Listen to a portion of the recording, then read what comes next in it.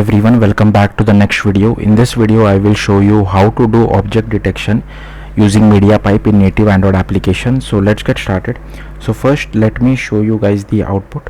So here I have so obviously we will be doing object detection on live camera preview. So first it is asking me for camera permission, so I'll just give the camera permission over here, and then here you can see it is able to recognize this particular bottle which I have, and it is it is on a table, so it is assuming that it is a dining table, which is kind of not exactly, but it is able to detect bottle as well. So hopefully you got the point. So yeah, let's get started on how to do this. So first what you need to do is, I'm using XML layout with native Android, but if you want you can use Jetpack Compose as well. Doesn't really matter what you use. So first you need to go to this particular documentation. Now there are multiple MediaPipe or TensorFlow Lite models available for object detection, so you'll have to use one which makes sense for your case. So make sure you can download all of the 6, but make sure you only use one.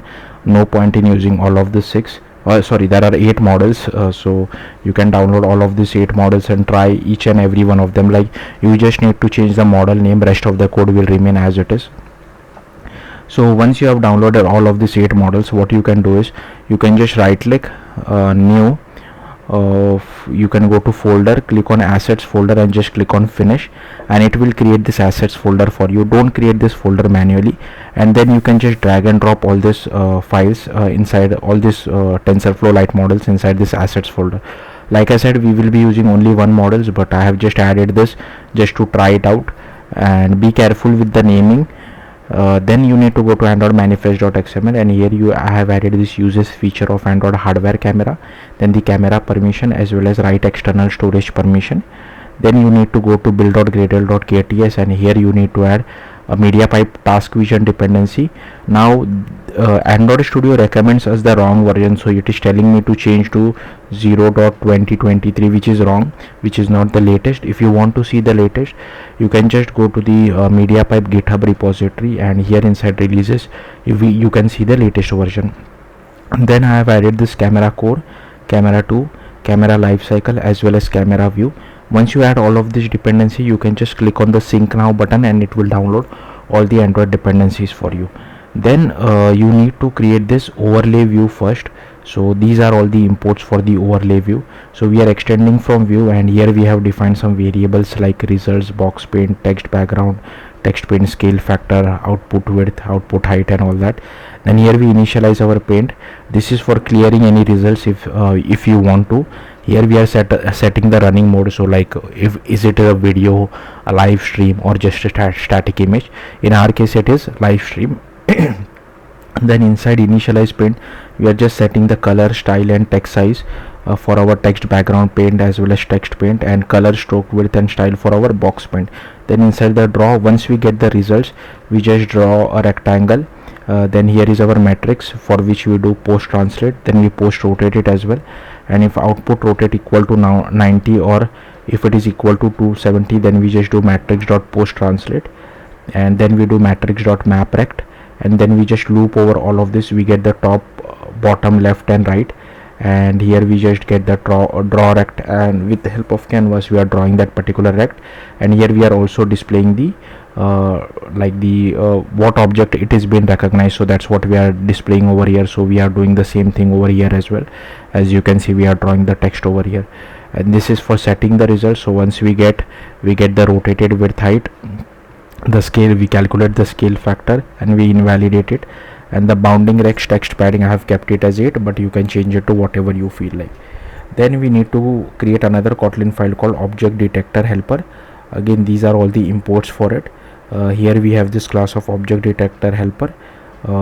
Here we initialize it, image rotation is equal to 0. Here is our image processing option.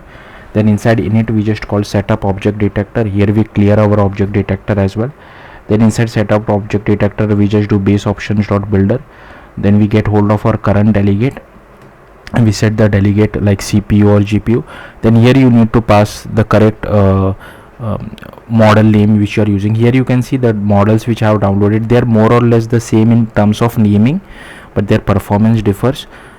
So make sure you use the proper appropriate name, whatever model name you are using. Then here we, for running live stream, if it is equal to null, then we throw an exception. Then here we initialize our object detector options, then we initialize image processing options as well.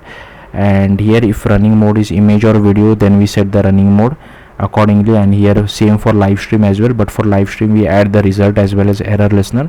Then we do options builder dot build, then we initialize our object detector. Then inside the catch clause we just add the error listener, so over here as well as over here. Then inside is closed, we make sure the object detector is equal to whatever is the result. We make sure if it is equal to null, then we return the boolean type. And this is for detecting video file. We are not doing that in this particular tutorial, so I'll simply scroll through this. If you want, you can just copy paste this code and try it on a video as well. And this is for detecting from the live stream. So here we get the frame time, we get our bitmap buffer, then we with the help of image proxy we copied the pixels from buffer, then we close our image proxy, we check the rotations, and we assign the rotation. Then we get an MP image, we pass it to detect async, and detect async will call the object detector or detect async method. And later here we are returning the live stream results. So here we get the finish time as well as inference time, and whatever results we get, we pass it to the results bundle. Then here is our error as well, so we pass the error message over here. Now this is for detecting a static image. So again, we are not really doing that. I have made a separate video if you want to check how to do it for a static image, but this is the code for it. And this is the result bundle of type results, inference time, input image width, input image height, as well as input image rotation. And for companion object, here is the variables which I have defined over here. Then here we have an interface of on error as well as on results. Okay, then you need to go to activity underscore main. If you are using Jetpack Compose, you'll have to do it via Jetpack Compose.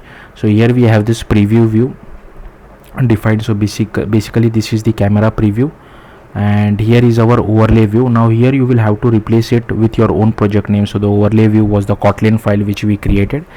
Then again we are making sure it occupies the same width and height as that of our preview view. Once that is done, you can just go to your main activity over here, and these are all the imports. Again, I'll just optimize the imports so that you don't see any dead imports. Okay, so these are all the imports. Then here we are also extending object detector helper dot object detector listener. So we need to override two methods because of this.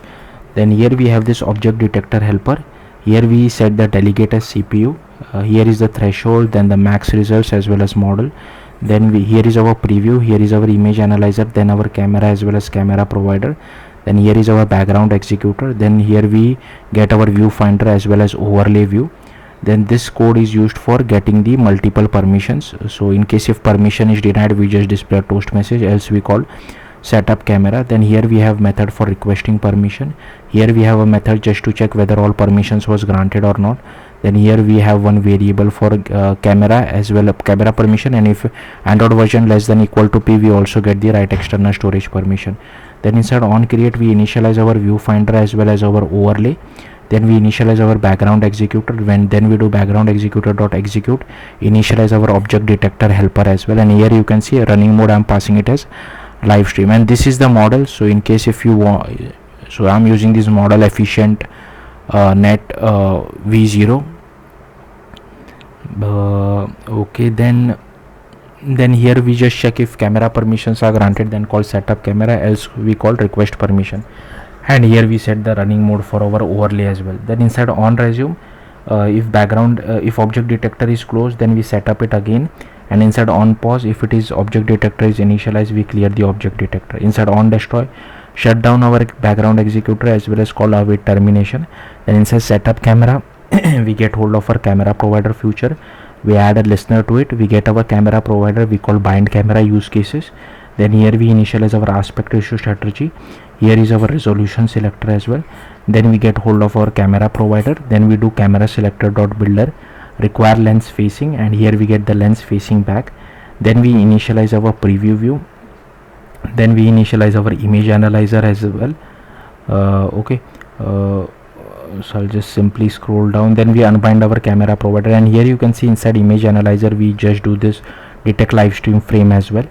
Then we initialize our camera, and finally we set the surface provider to our preview view as well. Then here we override the on configuration change method to in which we assign the target orientation for our image analyzer. Then inside on error we just display the error, and inside on results, whatever results we get, we do overlay dot set results, passing in the detection result, input image width, height, as well as input image rotation, and finally we invalidate our overlay. So yeah, that's it. Thank you for watching. Bye.